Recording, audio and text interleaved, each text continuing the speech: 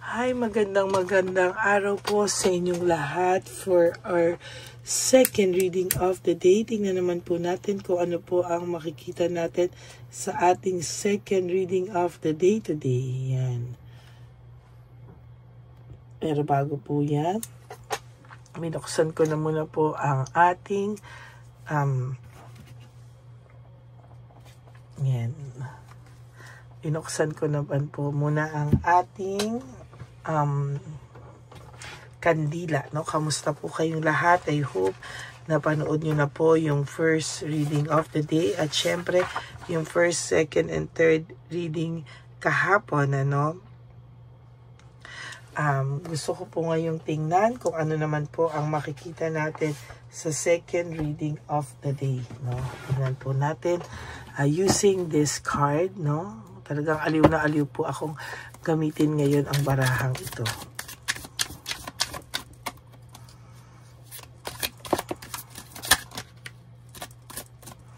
Kamusta po kayo, no? Naku. Okay, may bumagsak, no? Emotionally overwhelmed, no? Emptiness. Yan po ang unang card nyo na bumagsak. Pero gusto ko pa pong, ayan, kasi ginamit din natin to kanina. So, I really want to, balasahin natin para po talagang mahiwalay-hiwalay yung mga kanina, no? So, ngayon po ay may nararamdaman siyang emptiness talaga, no? Okay.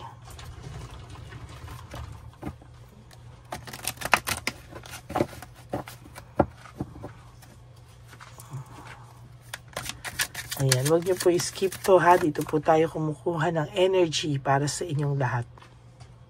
Ayan. Pinatay ko po ang flashlight para mas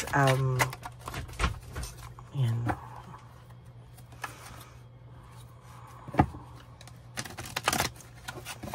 Okay, tingnan po natin kung ano po ang makikita natin sa second reading of the day today. I hope na makita natin at mabasa natin on a Tuesday, no?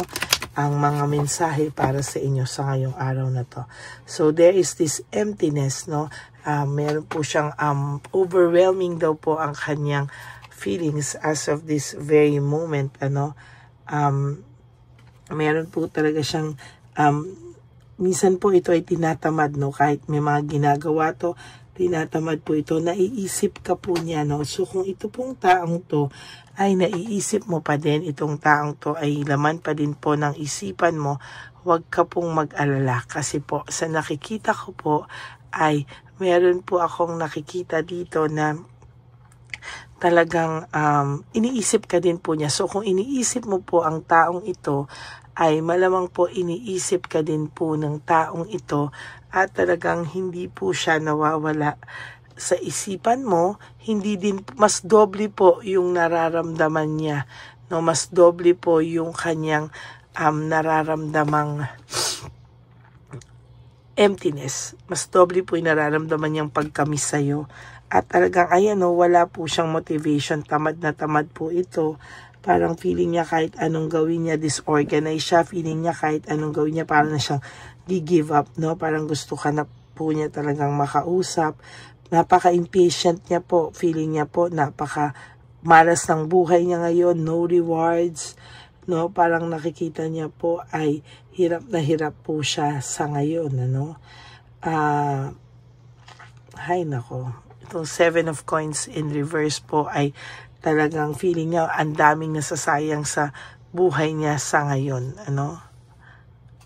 Eka, ayusin natin yung camera para kitang-kita nyo.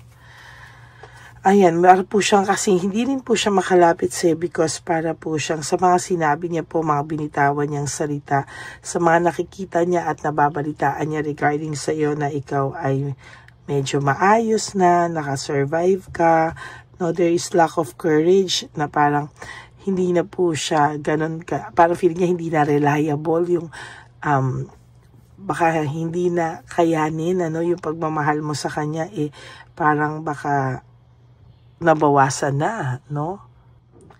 Ayan po, parang very unreliable. Parang pakiramdam niya sa sobrang naging matigas siya. Parang siya po yung binalikan ng tadhana. Sabi ko nga po sa iyo, kung namimiss ka po, kung namimiss mo po siya, namimiss ka po ng person mo, ang pakiramdam niya po is doble, no? Doble po yung pakiramdam niya, doble po yung kanyang pagka-miss sa'yo. Kung naiisip mo siya, mas doble po na naiisip ka niya. Kung may namimiss mo po siya, namimiss ka rin po niya. Pero kung may galit po sa inyo, no, pinapalabas niya lang po na mas galit siya sa inyo. Mas doble po ito kung ano nararamdaman niya. Pero the truth is, mas doble ka po niyang naiisip at mas doble ka po niyang alam niyo po, yun po yung pinapakita niya lang talaga, panlabas na anyo. Kung nakikita mo po ay parang hindi ka niya namimiss, kung nakita mo na parang, ano ba yan, parang wala man lang sa kanya yung pinagsamahan namin, hindi po totoo yun. Ang totoo po dito ay hinahanap-hanap ka rin po talaga ng taong to, at sa totoo lang po talagang hindi po niya din matanggap yung nangyari din naman po sa inyo, no? So, totally po, ang taong ito po ay nakakaramdam ng matinding pagkabalisa, no? Parang hindi niya din po alam kung ano po yung kanyang gagawin. Pero sa totoo lang po, naiisip ka po ng taong ito, doble po sa pag-iisip mo sa kanya. Kung akala mo hindi ka na niya naisip, akala mo, busy to parang ganun lang kabilis, parang hindi na niya ako naisip, parang kinalimutan na lang niya ako, ganun lang ba yun?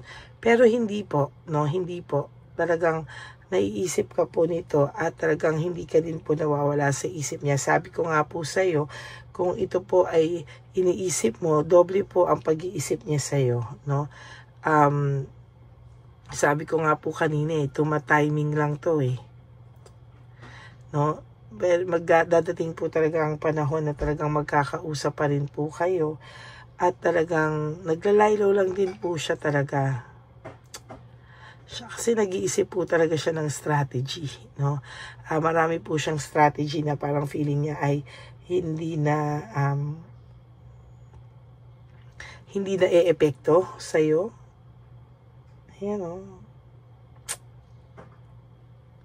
na nararamdaman ko po yung energy niya right of this very moment. Ay, nako. Ang taong ito talaga, no?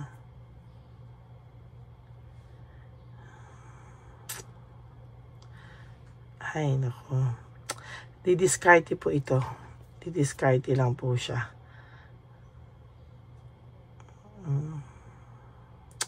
Nag-iisip po siya talaga ano ang gagawin niya. Pero mabigat po yung pakiramdam niya, nabibigatan po ako. Nabibigatan po ako sa ngayon, sa energy ko ngayon. Parang nabibigatan po ako sa kanya.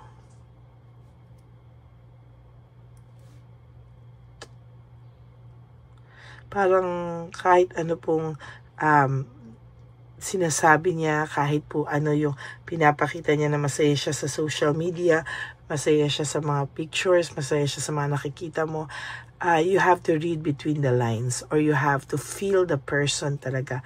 Kasi hindi po talaga siya masaya no? Ang dami niya nga pong isipin Pero wag ka pong mag-alala, mararamdaman mo po yan in time. Pag nagkausap kayo, pag kayo po ay talagang nakapag-usap, no? Makikita mo po yung sinasabi ko. Kung itong pag-uusap nyo po ay walang pride considering halimbawa na walang pride, heart to heart talk talaga, yan, dyan nyo po talaga mararamdaman. Okay? So, sandali po.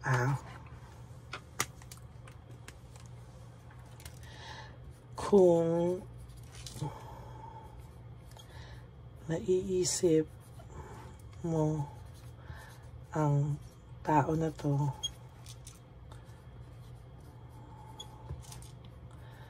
mas doble ang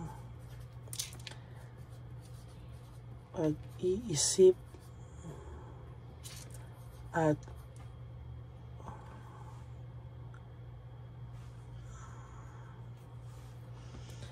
at pagkamis niya sa'yo.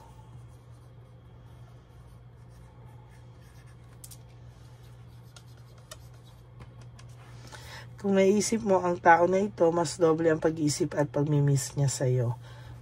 Di lang niya pinapahalata. Di lang niya pinapahalata sa mga tao. Ma-pride kasi itong person niyo po no? Hey, well, itong taong to nyo, hirap rin to mag-sorry no? You know. Medyo ito ay hindi talaga nagsusorry. Laging ikaw lagi ang nagsusorry dito, no? Talagang ganyan ang nakasanayan po kasi niya, no? Dinadivert niya na lang po sa lahat ng mga gawain niya. Dinadivert na lang po niya kung ano po yung nakikita niya, no? Talagang dinadivert na lang po niya ito at sa tingin ko po ay talagang ganun po niya gawin, no? O ganun po niya talaga ganun po niya tinitingnan, no, yung mga bagay-bagay sa ngayon, ano. Lalo po talaga din ito sa nakikita ko. This is a continuation of the reading kanina, no. Ay nako, ayan, no, ang dami po niyang pride. Mayaman po siya sa pride, no. May mga ano rin po ito, no, pinagkakautangan. Meron din po itong meron po ito, naging unfair po ito sa iyo, no? At meron po siya, nakikita ko dito na meron po siyang mga inaayos, no, na mga transaction or inaayos na mga loan, inaayos na kailangan mga bayaran. Ayan, ano, talagang medyo hirap po ito pero ma-pride pa rin po itong taong ito. So, totoo lang, no? Naku, pareho, pride of riches, no? Talagang marami po siyang delay ngayon sa mga obligasyon niya, no? Marami po siyang delays, marami po siyang hindi nababayaran, marami po siyang struggles when it comes to financial, no? Yan po ang nakikita natin. Ayan, no? Next is, ang dami niya pong minamanipulate na tao, no? Dahil sa pagsisinungaling niya po, gusto niya pong pagtakpan lahat-lahat.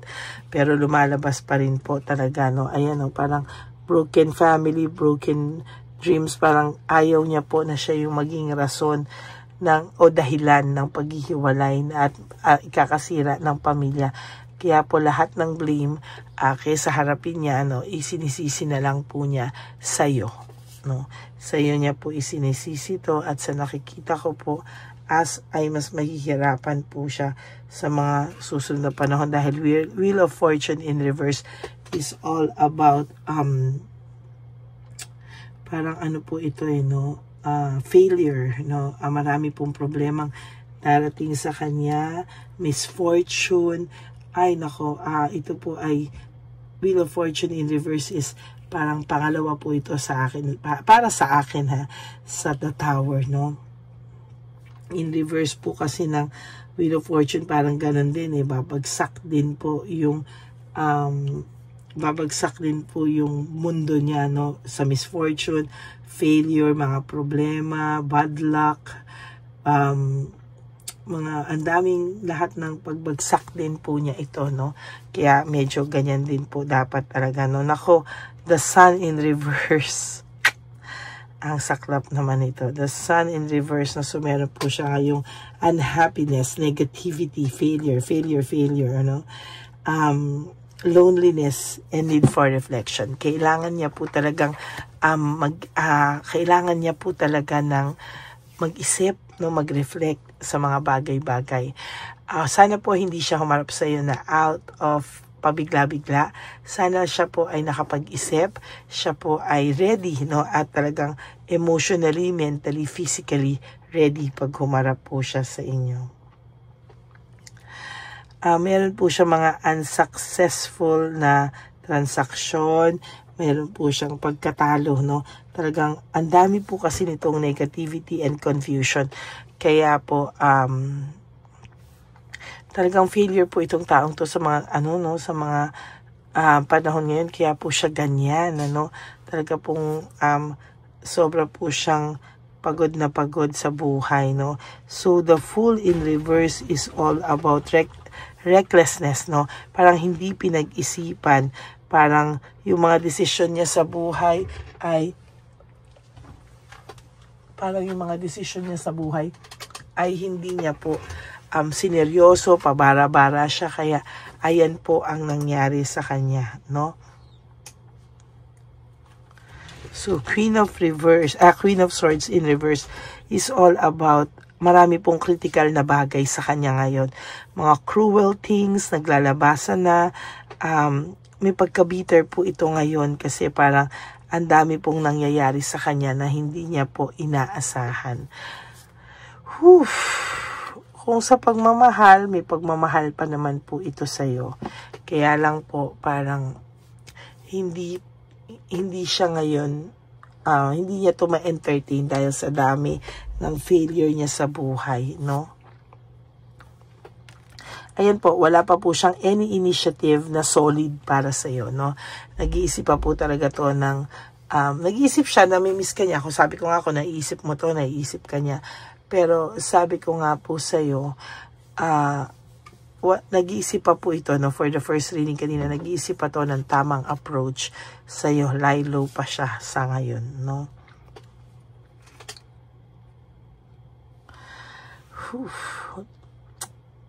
Ito po ay, yun nga, naging arrogant kasi siya sa'yo. Naging very rude siya sa'yo or naging arrogant siya sa'yo. Or hindi mo ina-expect na ang saya-saya nyo naman tapos biglang gano'n nangyari. So parang, ngayon, nagre-reflect po muna tong taong to. Hayaan mo muna siyang mag-isip, mag-reflect, no? Ayun, no? Mahal ka pa naman talaga niya, eh. Oh, talagang confirm, eh, oh, the Lovers. At hindi siya reverse nung nabunot ko, ha? So, talagang may pagmamahal pa naman sa'yo itong taong to, no? Pero sabi ko nga, sana ay makapag-isip-isip to ng maayos, no? Bago siya humarap sa'yo. Okay, so that's it for your second reading of the day. I hope na naka-resonate po kayo, and if you do, can you please give me a like and comment down below, and please click the bell, no? Bell button para po updated kayo sa mga latest na pangyayari or videos natin, ano? Sana po ay maging okay po ang lahat sa inyo. Okay, maraming salamat po sa inyo. And for those of you who would like to have a private reading with me, you can message me po at Ladyly Elena, that's Ladyly Elena. Nasa dulo po yan ng ating video. Diyan nyo lang po ako makokontak. That's my only official and legit FB account. Maraming salamat po sa inyong lahat. And for those of you po na may message po ng fake na Lady Elena, nandyan din po yan para alam nyo po kung sino yung legit at fake. Nilabas ko po dyan. So sana po ay maging wais po kayo at maramdaman nyo po kung ako pa talaga ang kausap nyo or hindi. Okay? Maraming salamat po sa inyong lahat. And God bless you. And sa akin pong mga ever loyal, solid at faithful na Lady Elena family, I love you all from the bottom of my heart. Mahal na mahal ko po kayong lahat. At sana po ay huwag kayong malulungkot. Tayo po ay babalik naman for the third and final reading for today. No, I wish I can give you another bonus reading dahil Tuesday pa naman, so I think I have to give you a bonus reading for today. Pipilitin ko pong mabigyan kayo ng bonus reading of the day. Okay? Maraming salamat po sa inyong lahat. And ang lagi ko pong sinasabi sa inyo, ha? Nga pala po, please no skipping of ads. Tulong nyo na po yan sa ating channel. At sana po ay paanohin nyo na po yung ads, no? Tulong nyo na po yan sa ating mga advocacy para sa ating street elderly. And for those of you who would like to give me a super thanks for this video, I would really appreciate that. Lalo na po, tayo ay nag-iipon na po para sa ating One Love a Day, Summer Edition. Maraming salamat po. And of course, lagi ko pong sinasabi sa inyo is just to live one day at a time. You wake up and do 3 things that will make you happy for today. Be grateful. Tayo po ay may buhay pa. Tayo ay nagising. Tayo ay healthy. at nagising po tayo at para ipaano natin sa ating Lord, Papa Jesus, Papa God, Divine Universe, na tayo po ay may pag-asa pa na baguhin ang ating mga mistakes from the past, no? So, isa pa po ay mahalin natin ang ating mga sarili because self-love is still the best love of all. Maraming salamat po sa inyong lahat. And of course, sa lahat po ng aking mga Lady Elena family, no? Lagi ko pong sinasabi sa inyo that life is really short. Don't make it shorter by stressing yourself from all the pains and heartaches na binigay sa inyo na kahapon. Just surrender everything to the divine universe and just let go and let God write your life and love story. Ako po ay magbabalik for another set of reading. Wag na wag po kayong malulungkot, ha. Ako po ay babalik at para bigyan po kayo ng third reading of the day. Maraming salamat po sa inyong lahat and God bless you all. Magbabalik po ako ulit for our third reading of the day. God bless you all. I love you all. Bye! Okay, update po, may nagpanggap pong subscriber natin na siya po ay magpapahula sa fake na Lady Elena, kaya ayan, hinihingan po siya na $80 at ang cell po niya ay nabigay at nakuha. Ang pangalan niya po sa cell ay Julian Albert, no? Siya po ay may cell account din, kaya mag-iingat po kayo. Ayan po, no, kung sino man po yung scammer na Julian Albert na yan, no, iinsensuhan po natin yan para siya po ay makonsensya. Kung wala man po siyang konsensya, at least po bumalik sa kanya lahat po ng kanyang ginagawa at maling-mali po yan, basahin niyo po lahat yan, makikita niyo po, ayan po ang cell number niya at Julian Albert na yan, para po talagang ma-report din po natin yan na siya ay gumagamit ng cell account na Julian Albert. Mag-ingat po kayo. Ayan po yung number niya. Ayan po yung pangalan niya. Huwag po kayong magpauto. Nakita nyo naman po, napakalayo po ng pangalan ko sa pangalan ng pinagsisendan nyo po ng account o ng pera. Kaya mag-ingat po kayo at beware sa scammer na to. At talagang ayan po, pinost ko po ang kanyang pangalan dito para maging babala po sa inyong lahat. Maraming salamat po. At mag-ingat po kayo, pakireport po ang page na yan, ang messenger niya na Lady Elena. Maraming salamat po and God bless you all. Ayan, sa susunod po makikita niyo yung account niya na ire-report niyo. Salamat po na marami. Magandang gabi po ulit sa inyong lahat. Ako po ay muling nagpapaalala sa inyo na mayroon pong lumalabas sa FB at Messenger account na fake account po, nang hihingi po ng $25 through PayPal at hindi po yan totoo. Huwag po kayong maniwala dyan. At pag sinabi mo po na gusto ko pong marinig ang boses nyo or makita kayo, ang sasabihin po ay magbibigay kami ng link. Buksan mo yan at pagkatapos ay makikita mo ako. Huwag po kayong maniniwala dahil yan po ay hindi totoo.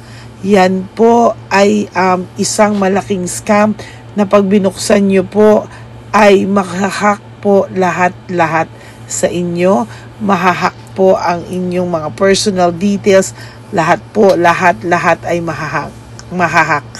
Ako po ay nalulungkot na ito po ay nangyari, ngunit sa talagang may mga tao pong masasama at may mga tao po talagang hindi makatiis na hindi gumawa ng masama sa ibang tao. Pero maging aware po sana kayo, tulungan nyo po ako, i-report po natin yung fake na yan at sa FB para siya po ay mawala na at wala na po siyang mabiktima pa, Nandyan po lahat ng details at maraming salamat po sa inyong lahat. Maraming salamat po sa inyong lahat at mag-iingat po kayo.